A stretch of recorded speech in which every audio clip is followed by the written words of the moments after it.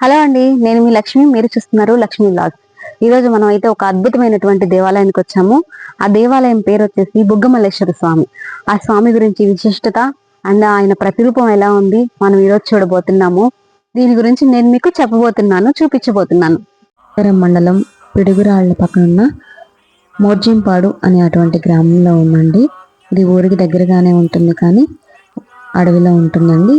అడవి కూడా ఊరికి దగ్గరలోనే ఉంటుంది. అదృష్టం ఉంటే కానీ ఈ ఆలయాన్ని దర్శించుకోలేమండి. చాలా ప్రతిష్టగాంచిన ఆలయం అనమాట. ఈ యొక్క మహాశివునికి దేవతలు సైతం అభిషేకం చేస్తారని ఈ ఊరి ఒక జనాల నానుడండి. ఇక్కడ ఉన్నటువంటి శివలింగం కూడా పొద్దున, మధ్యాహ్నం, సాయంత్రం రంగులు మారుతూ దర్శనమిస్తున్నట్టండి. ఈ యొక్క ఆలయంలో 2 ధ్వజస్తంభాలు ఉన్నాయండి. చుట్టూ అంతా పచ్చగా చాలా ప్రశాంతమైన వాతావరణం నెలకొని ఉంటుంది. ఆలయం అయితే చాలా ప్రశాంతంగా ఉంటుందండి. ధ్యానం కూడా చేసుకోవచ్చు. ఆలయ ప్రత్యేకత వచ్చేసి నీటి బుగ్గ అండి. ఈ బుగ్గ అంటే ఒక చిన్న కోలను లేదా కోనేరండి. చాలా చిన్నగా దేవుడి పక్కనే ఉంటుంది. దేవుడికి నిత్యం అభిషేకం జరుగుతూ ఉంటుంది ఆ నీళ్ళతోటి. ఈ బుగ్గ పొడవు అయితే 1.5 వెడల్పు అండ్ 1.5 లోతు ఉంటుందండి.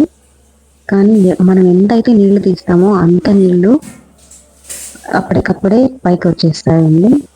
చుట్టూ కూడా రాత్రినే ఉంటుంది. ఎక్కడ కూడా వాటర్ రావడానికి అవకాశం లేదు. కానీ ఈ బుగ్గ అయితే ఎప్పటికీ ఎండిపోదండి. ఈ గుడికి వెనక భాగంలో ఒక కోనేరు ఉంది, ముందు భాగంలో ఒక కోనేరు ఉంది. ఆ 2 కోనేరులు ఎండిపోయినా సరే ఈ నీటి బొగ్గ అయితే ఎప్పటికీ ఎండిపోదండి.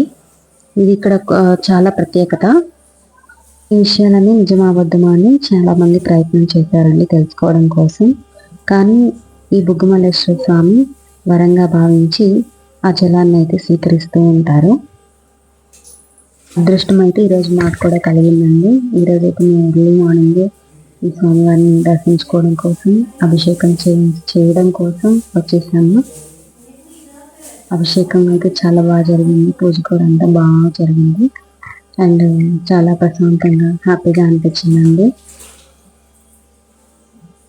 మరి తెల్లవారుజామునే రావడంతో పూజారి కూడా ఇంకా రాలేదు. అందుకే మేము స్వయంగా పూజ చేసి అభిషేకం చేసాము. ఇంకా సేతనాగులో ఉంది పుట్టండి. ఇది వచ్చేసి ముందు వైపు ఉన్న కోనేరు, బ్యాక్ సైడ్ ఇంకొక కోనేరు కూడా ఉంటుంది. నాగకన్యలు ఇక్కడే స్నానం ఆచరిస్తారని ఇక్కడ నానుడి. ఇక్కడ వ్యూ అయితే చాలా బాగుంటుంది. చాలా ప్రశాంతంగా, చాలా పీస్ఫుల్ గా అనిపిస్తుంది.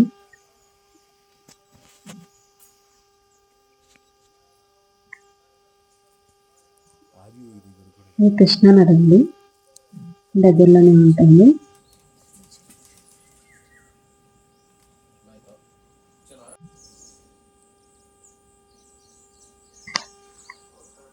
పూజంతా చేసుకొని బయలుదేరేటప్పటికి 10 అలా అయిపోతుంది. అక్కడి నుంచి వస్తూ ఉంటే నాకు ఒక చెట్టు కనిపించిందని చూపిస్తాను చూడండి. ఆ చెట్టు నిండా ఎల్లో కలర్ ఫ్లవర్స్. చెట్టు మీద ఒక్క ఆకు కూడా లేదు. నాకైతే చాలా బాగుంది, చాలా నచ్చేసింది కూడా చెట్టు. తర్వాత ఇంటికి వచ్చాక మా అమ్మని దాని పేరేంటో కనుక్కున్నాను. ఇది రేల చెట్టు అంటండి. చాలా బాగుంది. ఇంకా ఫారెన్ కంట్రీస్లో ఉన్నంత ఫీల్ వచ్చేసింది అనమాట చెట్టు దగ్గర అంటే.